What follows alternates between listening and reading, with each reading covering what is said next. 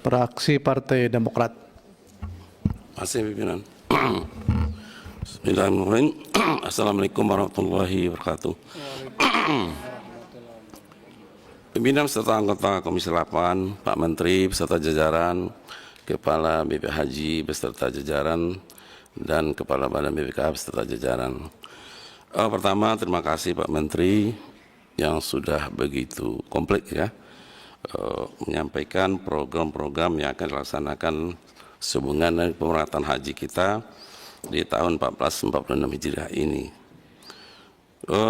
Di sini ada beberapa catatan kami, Pak Menteri. Pertama, ini mengenai progres pemisahan jemaah haji. Ini saya tidak menomor nih, Pak. Saya dapat kopian aja, mungkin VCC anggaran gitu. Sehingga saya dapat kopian yang tidak aslinya lagi. Karena mungkin terlambat. Yaitu di situ disampaikan belum lolos verifikasi lebih kurang 13.000 sekian atau 9,0%.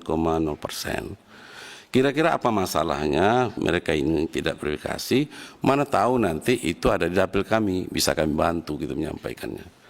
Karena 13.897 itu cukup banyak juga ini. Nah itu yang pertama. Yang kedua yaitu masalah perlengkapan haji.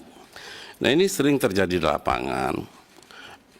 Jemaah haji itu belum sampai ke tanah suci lagi, tapi kopornya itu sudah pecah gitu.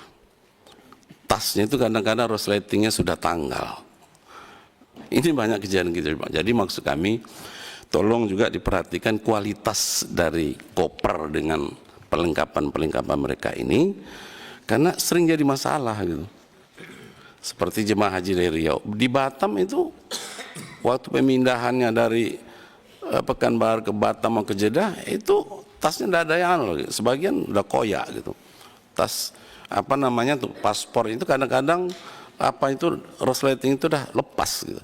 Nah, ini sering kita temui. Jadi ini tolong perhatikan masalah perlengkapan ini, terutama masalah kopornya. Yang berikutnya masalah manasik haji. Ini kan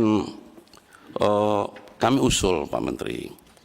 Ini kan haji kita ini akan dua kelompok. Ada menengah ke atas, ada menengah ke bawah. Jadi mungkin untuk versi ke depan ini atau sekarang juga kita lakukan, bagaimana kalau manasik haji yang menengah ke atas ini kita gunakan sistem digital gitu. Jadi akan lebih efisiensi. Jadi yang menengah ke bawah ini dengan manual, dengan buku cetak segala macam itu. Nah, yang menengah ke atas ini jarang juga menggunakan buku cetak itu. Mereka lebih senang dengan digital gitu. Ini saran kami. Kemudian terkait dengan masalah pelaksanaan haji. Nah, kami ini kan anggota Dewan Komisi 8 ini sebagai pengawas Pak Menteri, pengawas haji. Nah, pengalaman kami selama ini, pengawas ini seolah jadi petugas gitu. Maknanya apa? Di mana titik-titik rawan, di mana titik banyak masalah, sering kami ketemukan masalah, petugasnya tidak menemukan masalah. Seperti di daerah Arum Sunnah ini paling rawan ini. Ya kan? Apalagi ini terbagi 4 skema tadi, ada reguler, ada murur tanazul, ada tazul mina. Nah ini saran kami kepada petugas haji kita ini, betul-betul nih mereka paham ini nanti. Betul-betul minta di-upgrade mereka, ditata betul mereka ini. Sehingga nanti ini tidak crowded, ini daerah-daerah rawan. Karena pengalaman kita selama ini, ya maaf saja petugas haji yang berangkat haji itu lebih cenderung dia mengurus dirinya. Karena mungkin baru kali itu dia ke tanah suci gitu. Jadi urusan haji pribadi dia tuh pentingannya daripada melayani jemaah. Padahal dia sudah dibiayai negara gitu.